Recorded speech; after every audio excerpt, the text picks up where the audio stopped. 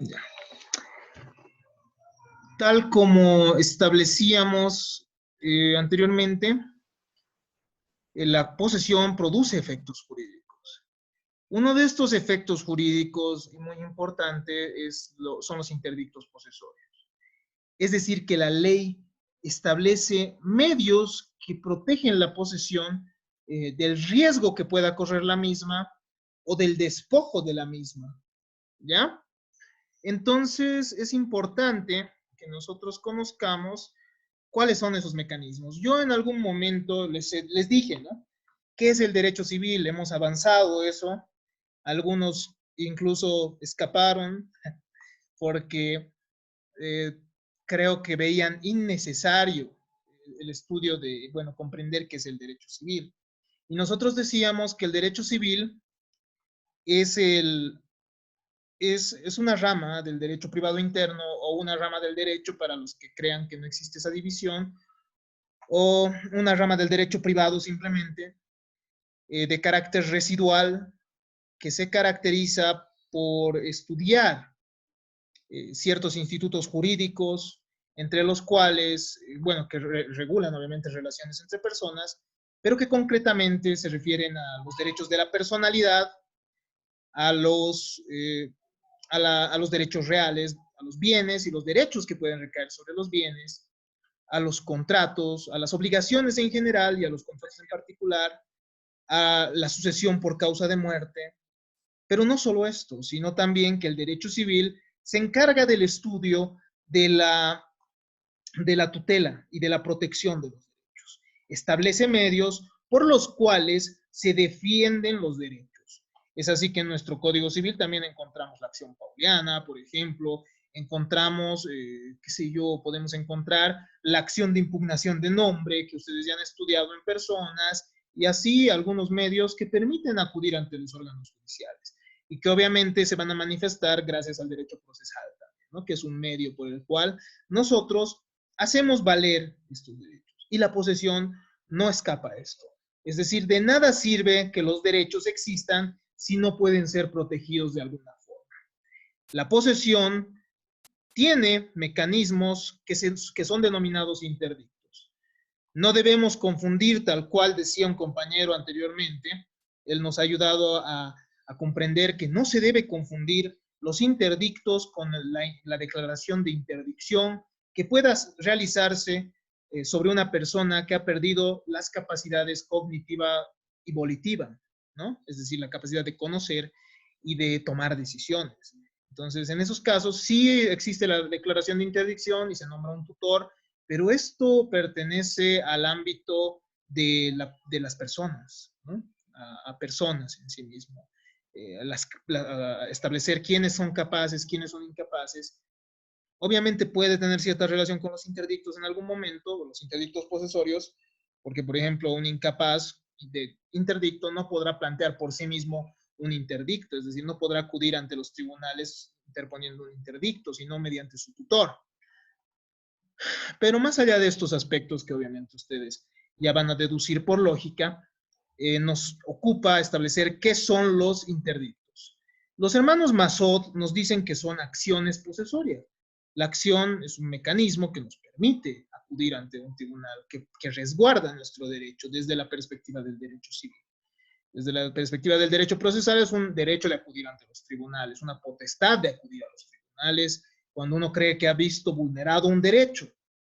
Cabanelas nos dice que es un procedimiento en materia civil que busca obtener del juez una resolución rápida, es decir, son procesos que procuran ser rápidos. Se dicta sin perjudicar el mejor derecho. ¿Qué significa? Si bien se dicta un interdicto, si es que se concede, es decir, se dice, sí, usted tiene razón, se le concede el interdicto, es decir, probado el interdicto, esto no significa que se le conceda el derecho, un derecho como el derecho de propiedad, por ejemplo.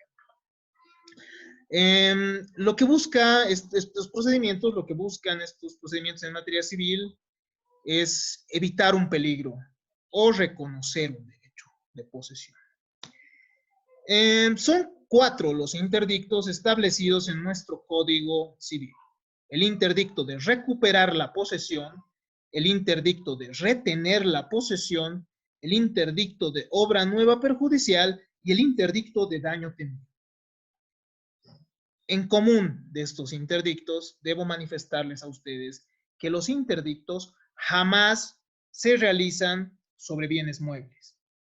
Los interdictos únicamente protegen la posesión de bienes inmuebles. Eso se los he dicho cuando hemos avanzado la clasificación de los bienes, ¿no? Yo les he dicho que era una clasificación importante, porque nosotros íbamos a ver en un futuro, lo que ahora estamos viendo, los interdictos. Los interdictos no proceden en caso de bienes muebles. En el caso que yo les he presentado, la pregunta que les he realizado sobre una muchacha a la cual le han despojado de su laptop, no procede en este caso ninguno de los interdictos. ¿Por qué? Porque los mismos protegen bienes inmuebles. En caso de bienes muebles se aplica, no se olviden siempre, se aplica el artículo 100, ¿no ve? Se presume que el que tiene el bien es propietario, a menos que se demuestre lo contrario. Entonces, el verdadero propietario de un bien mueble lo que tiene que hacer es acudir a las vías legales para proteger el derecho de propiedad, no la posesión, porque opera el artículo 100, reitero. No se olviden de ese artículo 100 respecto a los bienes muebles. Empecemos entonces refiriendo cuál es el ámbito de aplicación y qué es lo que protege cada uno.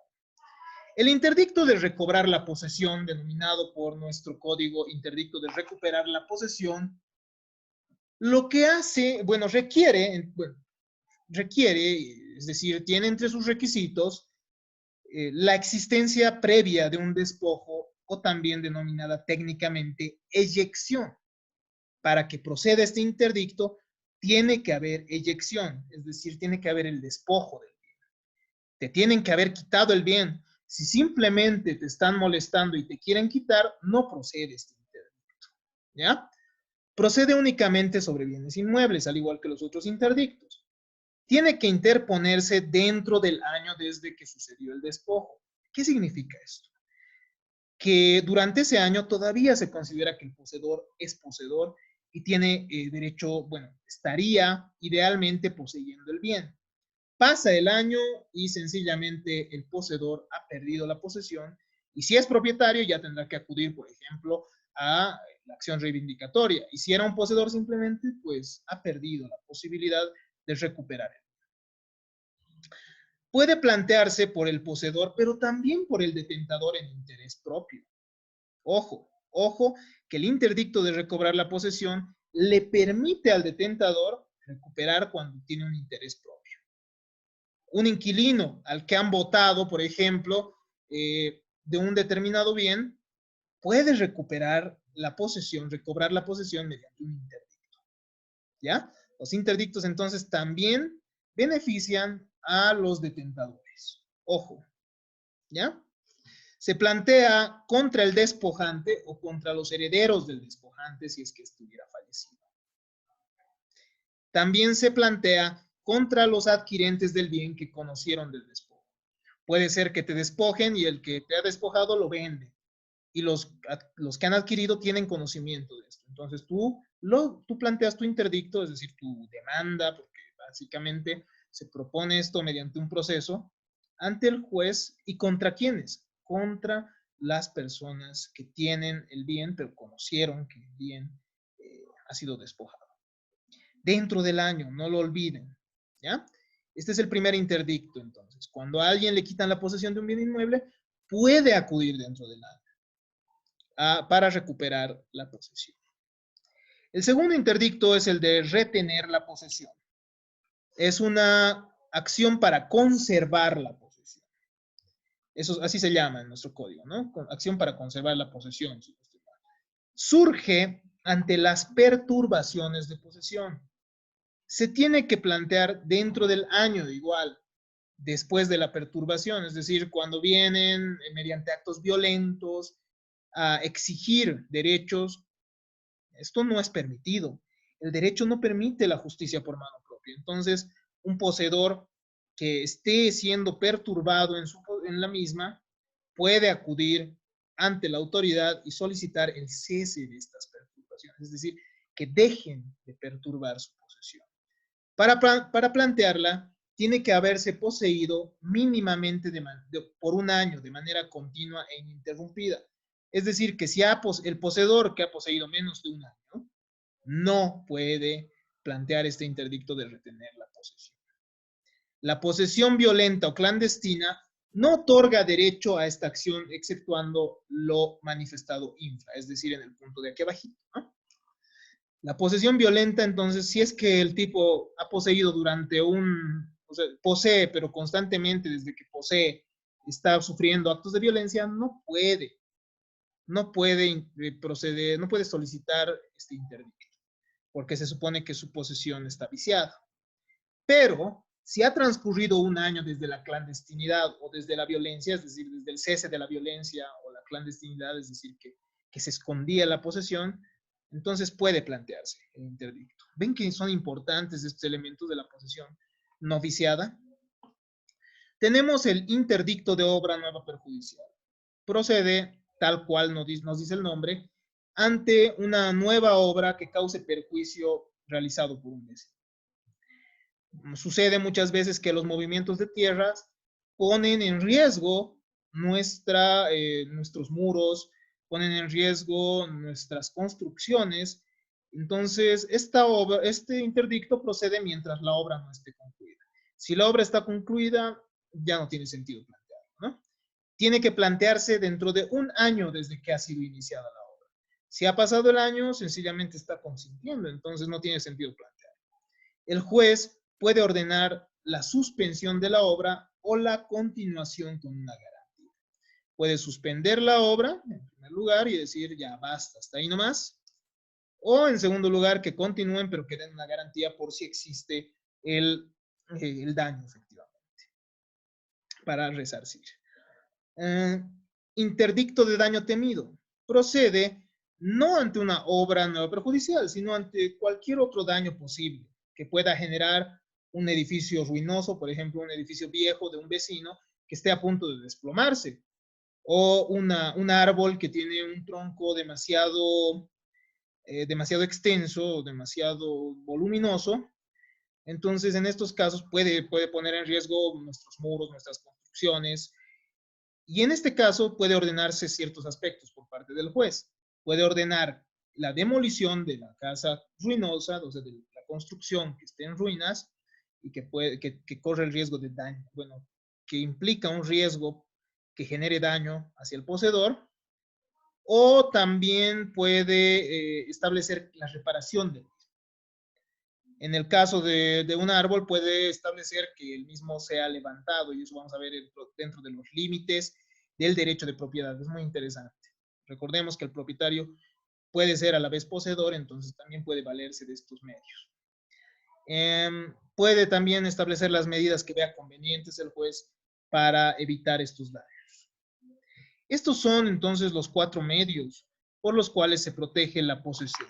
Anteriormente, nuestro Código de Procedimiento Civil regulaba una figura que era denominada el interdicto de adquirir la posesión. El interdicto de adquirir la posesión terminaba siendo inútil muchas veces. ¿Por qué? Porque la finalidad era que el propietario acuda al bien, que se le entregue posesión, pero muchas veces, qué sé yo, alguien compraba una casa, ¿ve? Y quería adquirir la posesión. ¿Qué sucedía? El juez iba, si es que existía una persona, era una formalidad simplemente, y si es que existía una persona que poseía, aparte de ese propietario que recién ha comprado, simplemente se declaraba esto, se hacía constar esto y que debía acudirse al proceso idóneo para que el propietario recupere su propiedad. Entonces era inútil el interdicto de adquirir la posesión, porque al final el propietario tiene los medios para adquirir su derecho propietario mediante la acción reivindicatoria. ¿Qué es la posesión entonces? Vamos a revisar algunas definiciones.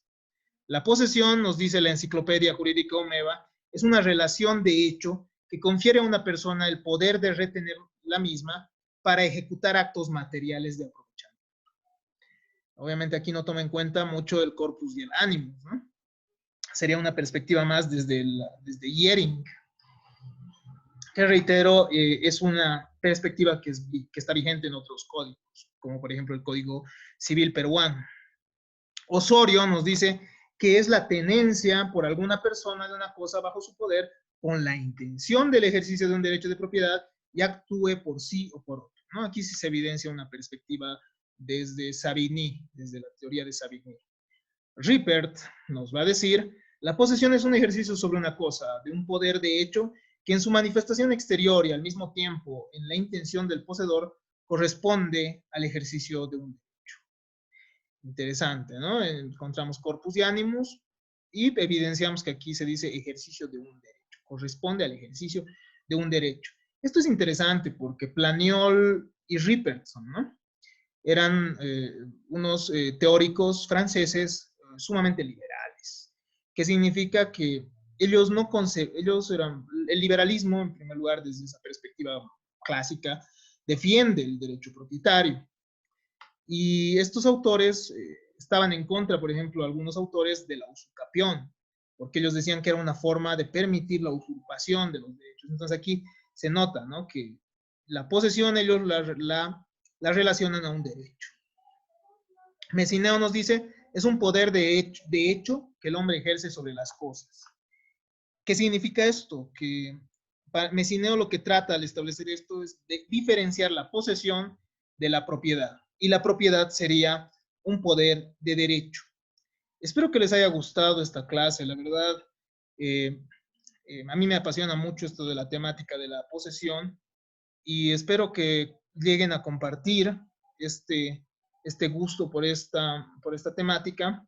También el derecho de propiedad es sumamente apasionante, tiene una matiz filosófica, como vamos a ver. Algunos estudiantes han considerado que no es pertinente tal vez tomar en cuenta la filosofía, pero si ustedes al final revisan, yo tengo un video muy interesante que he visto y les voy a compartir, que es de Barsi, Enrique, si no estoy mal, Barsi, que es un teórico, bueno, un estudioso peruano y además político peruano, que hace una conferencia muy interesante del derecho de propiedad y relacionándolo a la filosofía del derecho. Y es que al final no podemos desconocer que la teoría del derecho previamente es filosofía. Voy a dejar de grabar entonces y